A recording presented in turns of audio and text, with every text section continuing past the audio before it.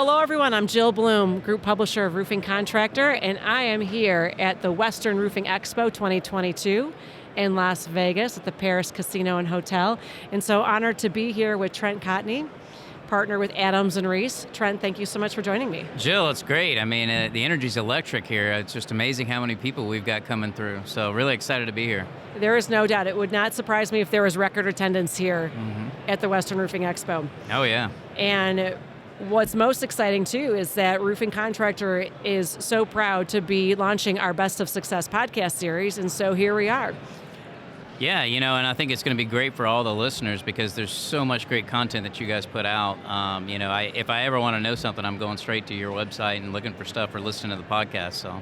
Well, that is great to know that you're coming there, too. Mm-hmm. But, Trent, you got a lot of great content, a lot of great nuggets for contractors, and it sounds like there's a storm coming right now, coming up through Florida, which is kind of where you live. Right. So, but what is important for contractors that they need to know about preparing for storms? Yeah, so storm preparation is key, right? And a lot of times you want to make sure that you are prepared in advance. You don't want to wait for the storm to get here to figure out, hey, I need to have, contracts that are specific for tarping or blue roofing, right? I don't want to have, storm restoration type contracts in place. You want to get them all done in advance before the storm happens.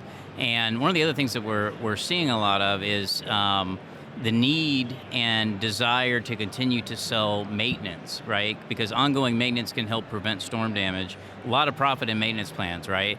So regardless of whether you're residential or you're commercial, if you come up with a good maintenance plan and have an agreement that's based on that, you can sell that as either an add-on, to a re-roof that you're doing, or as a separate standalone service, and it's something that allows you to get out, continue to touch that roof, make sure that you're in front of the customer, and then when the time comes to replace it, who are they going to call? They're going to call the person that's been doing maintenance the whole time.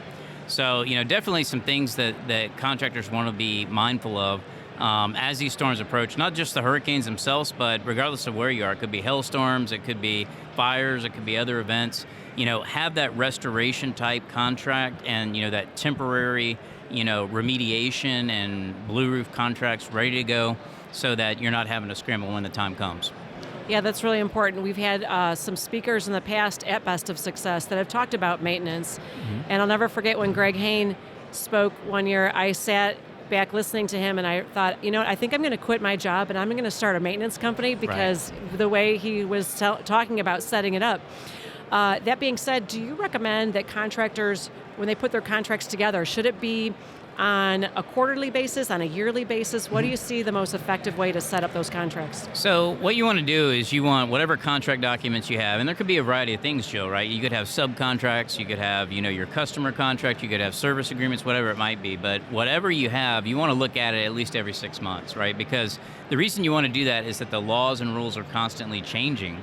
So if you're not in front of things, if you're not constantly checking things to make sure that it's updated, then you could potentially run afoul and have some problems, right? So it's like any document you have, regardless of whether it's an employee manual, safety manual, contract, you don't want to just draft it once and put it on the shelf. It's a living, breathing document.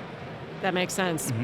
Well, Trent, always great advice. It's fantastic to see you again, Jill. It's always great to see you, too, especially in person. We do so many of these on Zoom, and it's nice to sit down and welcome you to the Roofing Contractor Best of Success podcast show series that we're launching here. Really excited. But if anybody, thank you, yes. If anybody has any questions, Trent, how do they get a hold of you? Sure, they can just reach out to me via email, trent.cotney@arlaw.com.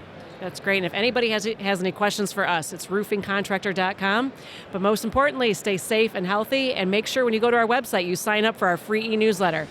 Talk to everybody soon. Have a great day. Thank you, guys.